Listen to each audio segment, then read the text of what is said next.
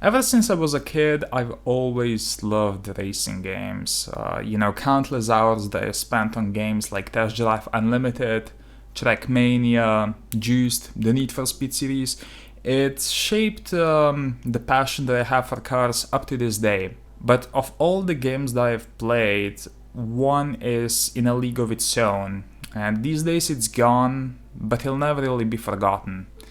You read the title, so let's go. Racing Rallies officially launched in August 2013 for iOS devices. However, a year later it was also released for the Facebook and Android platform, all of which were cross-compatible.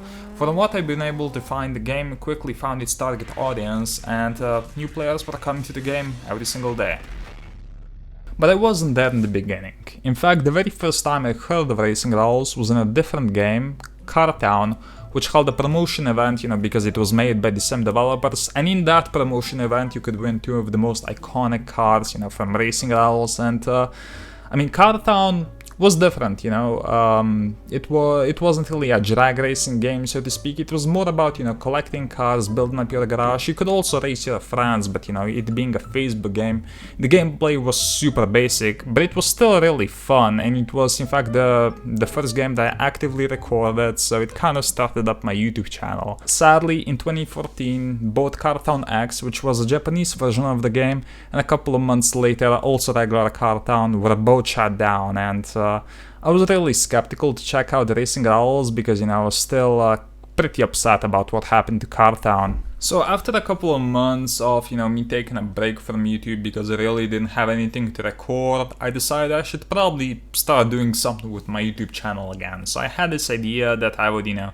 record myself playing a couple of different games, pretty much seeing what's gonna stick, and, maybe I would make something out of it. So, I have decided that the very first game that I'm gonna play after coming back from my break would be the game that killed Cartown, Racing Rallies. The day was the 20th of September 2014, and it was only a couple of weeks after the official launch for Facebook. I didn't know that at the time, it was just real lucky timing, but I started playing this game and it really intrigued me. Like, it managed to grab my attention in a way that no other game really has before or since. And looking at the game, it seemed incredibly basic, but there was something extremely complex about it.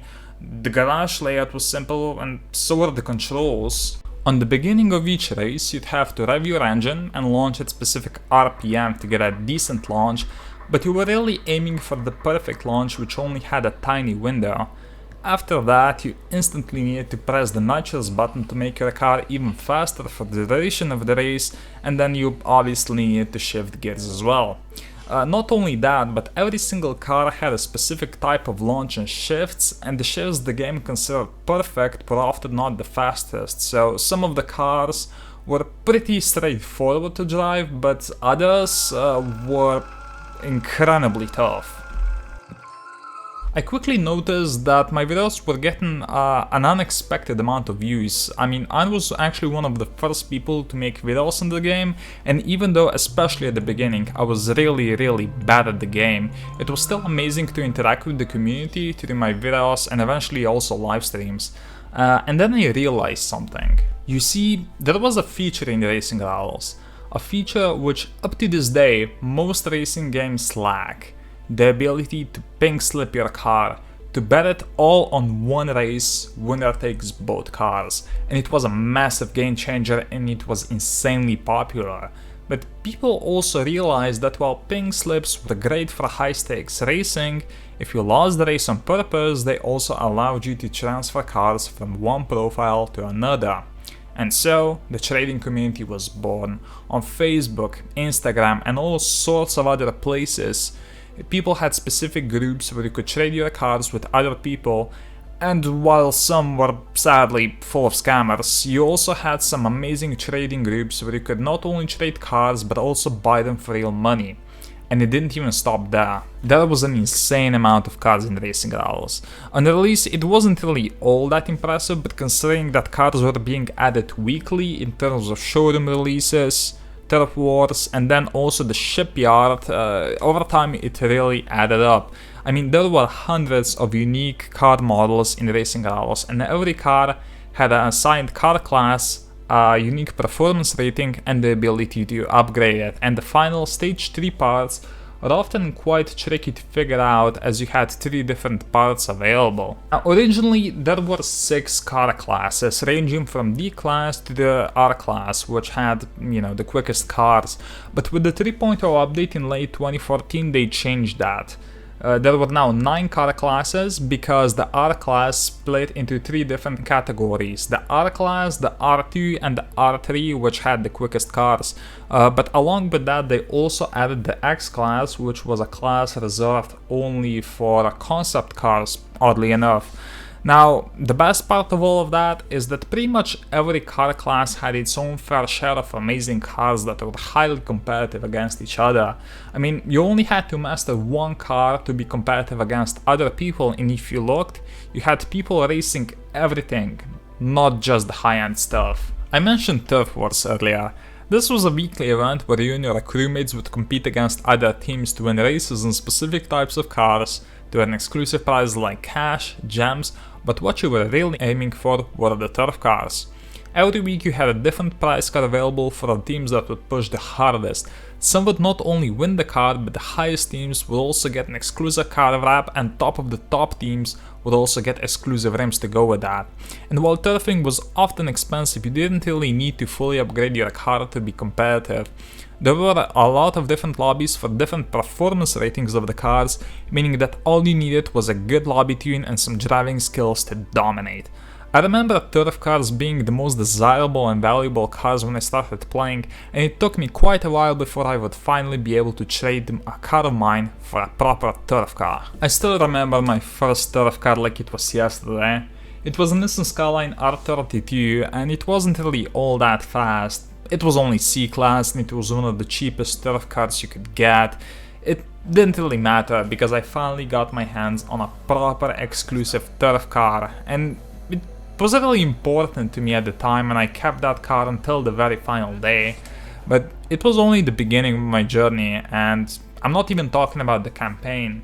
I mean, yeah, sure, the campaign was of course there, where you could naturally progress through all the car classes and get, a couple of free cars along the way, but there wasn't really a huge emphasis on it, because in fact, your story in racing rivals could be anything you wanted it to be. Did you want to become the fastest driver in the game, pink slipping cars like the Pagani Zonda R and the McLaren F1 GTR? You could do that. Was that too nerve-wracking? You wanted to pink slip some cheaper cars, like, I don't know, a D-Class Civic against a Scion? You could always find an opponent. Did you want to build a Datsun 510, and put every single set of rims on the game on that specific car? People did that. Did you want to, I don't know, make a rainbow out of all the Evos that you have won in pinks? I did. My goal was to build up my garage to be competitive in any class, any event.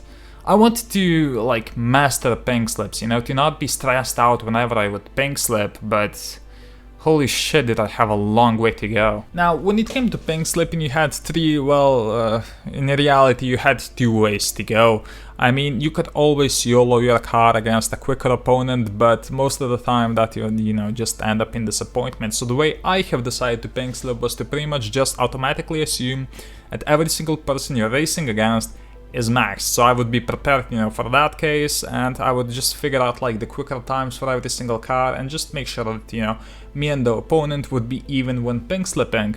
But in case you didn't want to fully upgrade your car, because obviously, that cost money, you could also make a good lobby tune, because there were a lot of different, rated lobbies out there, and you could just make a killer tune, learn how to drive the car, and, try your luck with that. Certain cars were actually a whole lot better being lobby tuned rather than fully upgraded. I mean, that was the case with X-Class cars, a concept class, which when they were maxed, pretty much all of them were useless. However, in lobby tunes, they were some of the quickest cars in the game, and usually on the black market, the car would be a lot better if it didn't have nitrous equipped yet, because that would make it a lot better for lobby tunings. Also, when upgrading your car, you always had the choice to either put a turbo or a supercharger on it, and while supercharger was, quicker and cheaper to fully upgrade, the turbo, would ultimately end up being quicker on a car, so that was what you really wanted, even though there were some pretty rare exceptions.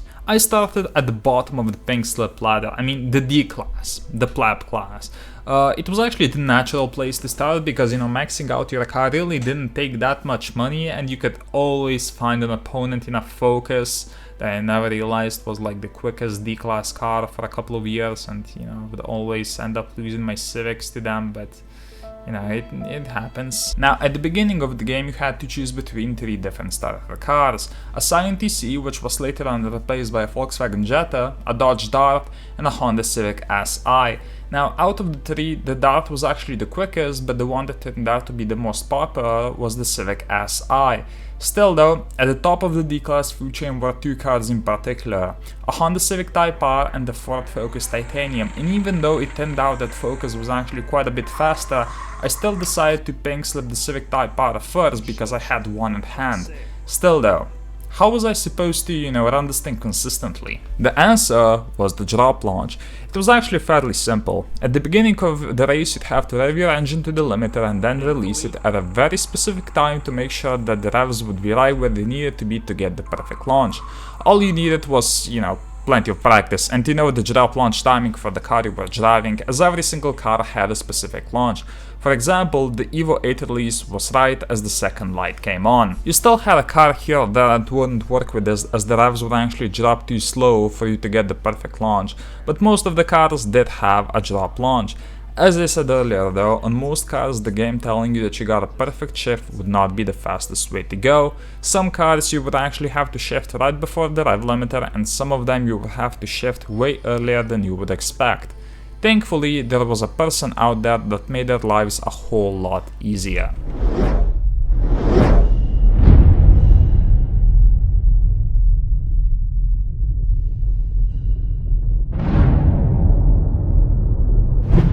Hello everybody, Pigpen the one and only here. Thanks for joining me today. I have a Honda Civic Type R perfect launch tutorial for you. This is one of the fastest D-Class cars, but it can be very difficult to race. His name was Pigpen the one and only. This dude was a legend. He dedicated his channel to helping noobs like me figure out how to get the best possible times of pretty much any popular car in the game. He would not only show us how to get the launch and shift the car, but also show us the proper max tune for that, and your setup would often be crucial to improve your chances to win. So, I started my pink slip journey with a Civic Type R. I was actually really hyped to start building my collection, but I finally maxed the Civic out. I went to the racetrack and then I had an oh shit moment because I did not realize how nervous I was gonna be, pink slipping even some of the cheaper cars. There was sort of an adrenaline thing going on. I really wasn't all that good, my shifts were not on point, I wasn't getting the perfect launch most of the time, and I decided to pink slip the Civic anyway. And I won, and then I proceeded to, lose the following 2 pink slips. I was left without a car and I had to go back to the drawing board. For a while, my controls even were pretty much, I would launch on the keyboard and I would shift on the mouse. And it was not optimal whatsoever, and I did at least partially blame my setup for that, but I was determined that I was gonna become good at this. I got lucky. They actually fixed the controls and I didn't have to actually grab my mouse anymore in the middle of the race in order to, shift, so that was a lot better. And because my channel actually got, quite some followers because of Racing Rebels, I started getting some donations which actually allowed me to build up my collection, even though I was still pretty bad at the game. But when I eventually got my hands on another Civic, I could actually see the progress. The reaction times were getting lower, the shifts were getting more consistent, and I was getting alright. In late 2014, you could actually get a million of Racing Rebels cash on the black market for between 15 and 20 bucks. Most people weren't pink slipping higher tier cars as they got really expensive to upgrade in the higher classes, so more experienced racers actually resorted to taking cars of noobs in the lower ranks. I mean, the Civics were good, but it just wasn't the right car for me, so I decided to change up my game, and I'm really not happy about what I did at that point, because I decided that, you know, holy shit, I'm not good at pink slipping. What I'm gonna try and do instead is I'll try to get pink slips where I know I have the upper hand, which is a scummy thing to do, and I'm really not proud that I did it for a couple of episodes. So I quickly realized that I would rather be losing cars than, you know, continuing to do that shady bullshit. So I stopped that, and yeah, I wanted to move into C-Class, but the thing was, C-Class wasn't ever as popular as D-Class was, and people who raced C-Class cars primarily only ran two cars, those being the Subaru Coupe and the Nissan 300ZX, and after trying both of them, they really just weren't my cup of tea. Of course, I did have my turf car, the Nissan Skyline R32, but that was far too valuable for me to pink slip, so I just decided to skip C-Class altogether. And then the 18th of November 2014 happened. The 3.0 update. This was by far the biggest update to ever hit RacingGamerSlovenia at the time, and they added so much amazing stuff. The shipyard, the racer showdown, improved garage and upgrade menus. This was the start of the RacingGamerSlovenia's golden era, and it was amazing. Of course, there were some hiccups. For example, the friends list was messed up on the launch, but they quickly fixed that, and it was time to have some serious fun. B-Class. As most other car classes, you had three choices for your campaign car: the Evo 8, the Impreza WRX STI, and Neon SRT4.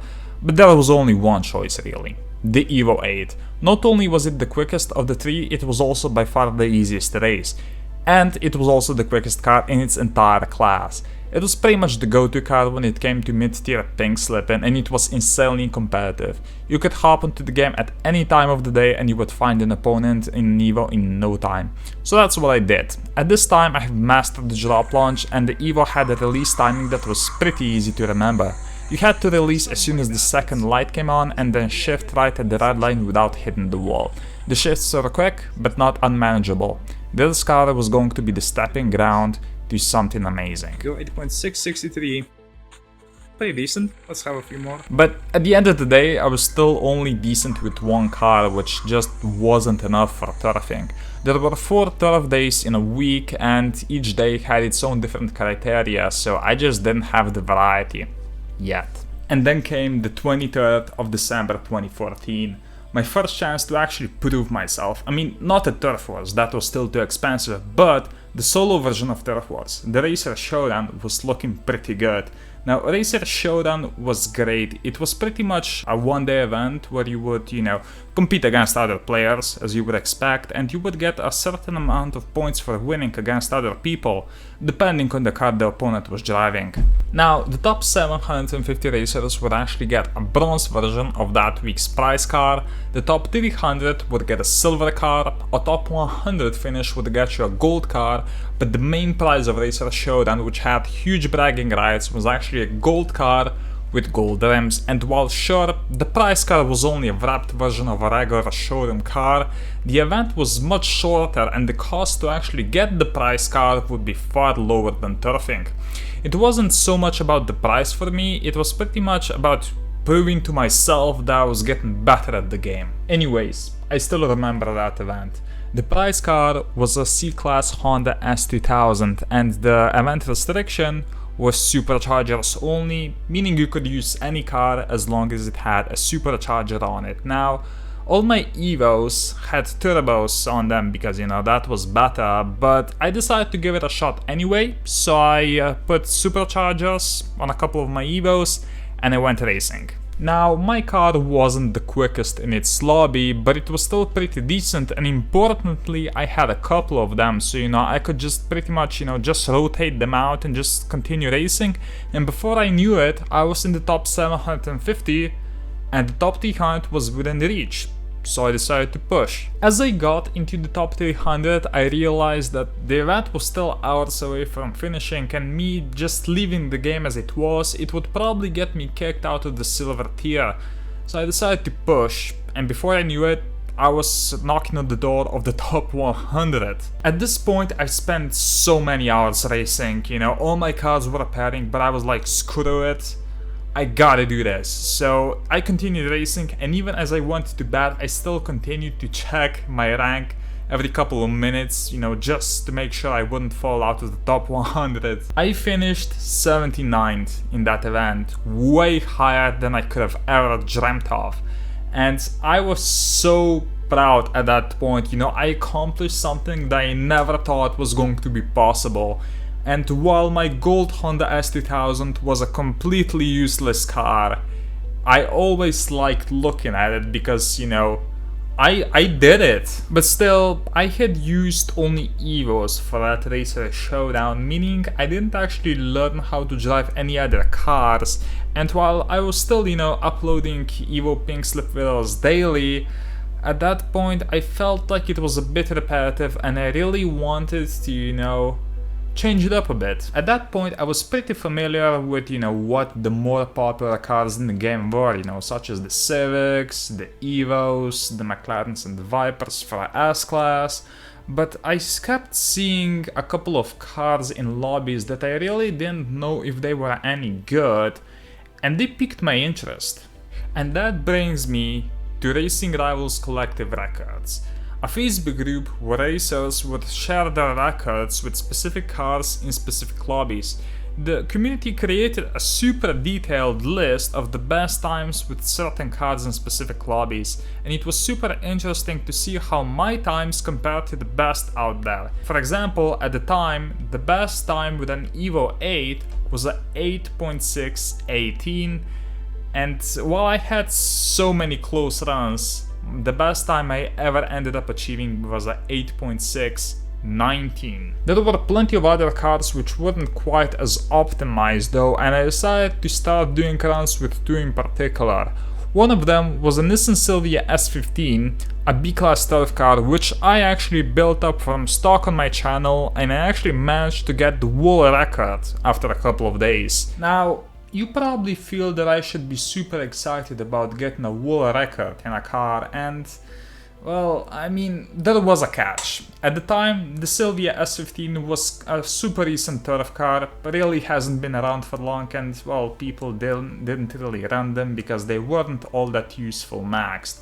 So while I did feel good, and the record did actually stand for a surprising amount of time, it wasn't really all that impressive. Still though, the other car which I was running, the 2005 Subaru Impreza, was a little bit different. It was still a B-Class car, it was still pretty useless, even more useless than the Silvia S15. I believe it was actually the slowest B-Class car in the game, but it has been around for longer, so the records were more established, and it was a lot more difficult to actually get close to the records, even though this car, it brought something out in me. When I got the Silvia world record, I actually got an idea that perhaps I should start doing a series of videos, you know, trying to hunt down the world records, and so I did one for the Subaru.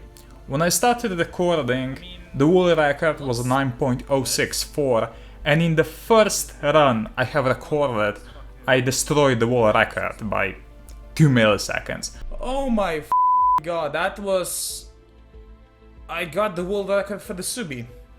Holy shit. I mean, I cannot believe how well I raced in that video, you know, out of hundreds of Racing Rivals videos that I have made, that video with the Subaru was just something else, you know, good run after a good run, low reaction time after low reaction time. It was just... I believe that was racing-wise the best video I have ever made, and that was a record I was super proud of. And so I have finally proved to myself that I was capable of running cars which were not the Evo 8, and I have decided to finally move onto A-Class. You had three choices for your campaign car: a Challenger SRT8, an Acura NSX, and a Challenger RT. All of them were useless for A-Class, especially the Challenger RT, and they were nowhere on the level of the top A-Class cars like the Skyline R34, the Camaro Z28, the Supra. All of those three cars were amazing to drive, and I loved all three of them, but they weren't quite as massively available as the campaign cars because obviously, you know, those were by far the most common and therefore cheaper. And while not even the Supra, which was available to purchase with RRC, was that expensive, At the time, it was simply just a bit too expensive for me, so I have just decided, hey, let's try S-Class. Even though this was after the 3.0 update, which meant that the S-Class wasn't the second highest car class in the game anymore, it was still a pretty considerable step up from, where I came from, and throughout all the years, I don't think any single car class changed as much as the S-Class did, because, they kept adding quicker and quicker cars, and it was pretty much unrecognizable by the end. Not in early 2015 though. I mean, I like the Civics, I love the Evos, but S-Class from that era has a special place in my heart because it was surprisingly unique. I mean, unlike other car classes, you only had two choices for your campaign car: the Dodge SRT Viper and the McLaren 12C, and the thing was, it wasn't really all that obvious which car was the better out of the two, and it all depended on your preference. Now, the world record for the McLaren was a couple of milliseconds quicker than the one of the Viper, but you did need to spend quite a bit of gems to fully upgrade your parts on the McLaren, so the Viper, it was a great competitor overall, and the driving styles were quite different as well. With the McLaren you shifted early, and with the Viper you shifted right at the wall. And while I did personally end up preferring the McLaren, both of them were truly amazing cars, and I think this is one of the most underrated rivalries in the whole game. Now, what made S-Class S-Class was the fact that it was so well balanced. I mean, at the bottom you had your useless cars, your old Ford GTs, the Dodge Viper ACRX, the McLaren F1, which was completely useless in this game. Then you had your campaign cars, the McLaren and the Viper, but you also had the Corvette ZR1, which was quite a bit more expensive, but it was also just a bit quicker, and it was super consistent, so it made it a great car to, try and take campaign cars from other people. But at the top of S-Class, you had four iconic turf cars: the Subi Sport, the Kobo Camaro, the Cobra Jet, and my personal favorite of the bunch, the Honda NSX RR, but it would take quite some time before I would, be able to pink slip that. After pink slipping a lot of S-Class cars and having a lot of fun, I was even thinking about moving on to R-Class. I mean, the campaign cars all seemed really cool. I mean, you had the Dodge Viper GTSR, which was already pretty nice, but it was definitely overshadowed by the two other choices. The Scion FRS Spec, which in its Los Angeles turf wrap was one of the most iconic cars in the game. I mean, it is in this thumbnail. And then you also had the Mazda RX-7 GT Spec, which was just amazing. It looked super cool, and it was just a nice poster car for the game. But they were still pretty expensive, considering that, in early 2015, the millions were pretty expensive, so I just decided, for now, I'm gonna stick with S-Class. And then, a huge shock. At the end of March 2015, they announced that the Facebook version of Racing Rivals would be shutting down on April 10th, and oh boy, this was horrible news for me, because I played, exclusively on Facebook. I did have a phone and a tablet, but they really weren't good enough to run the game in the first place, so, obviously I wouldn't be able to record the game, continue to upload my videos, but yeah, it was truly bad, and I really didn't know what I would do, so I just decided, hey, you know what, I'm gonna make a couple of final videos, I'm gonna, sell off my cars, obviously not all of them, so the cars like the Skyline and the S2K would stay in my garage forever, but yeah, I really thought that this was the end. I remember putting up that sale post, and it was so bittersweet because it was only a game, but it was a game that, I found my identity in, and, I put my time and effort and passion into this game and, the videos, and it was coming to an end so unexpectedly. So I, screenshot the pictures, I edited them, put them on Facebook, and I was thinking, maybe I'm gonna sell like one car or two cars, just something to, get a couple of my dollars back, but yeah, it was really unexpected. The most expensive car that I was selling at that point was a top 25 Honda HSV, which was a car that I really loved, and I was like, yeah, I'm gonna put the price of this a bit higher because, I don't know, I just don't mind keeping it, but it sold within minutes, and I was shocked. you know. I mean, I had a really good reputation because I did do quite a few deals and I never scammed anyone, and I was actually one of the, public sellers that anyone could literally just message and buy cars from. So, I mean, yeah, I did get my money back rather quickly, but I don't know. Was that really going to be it?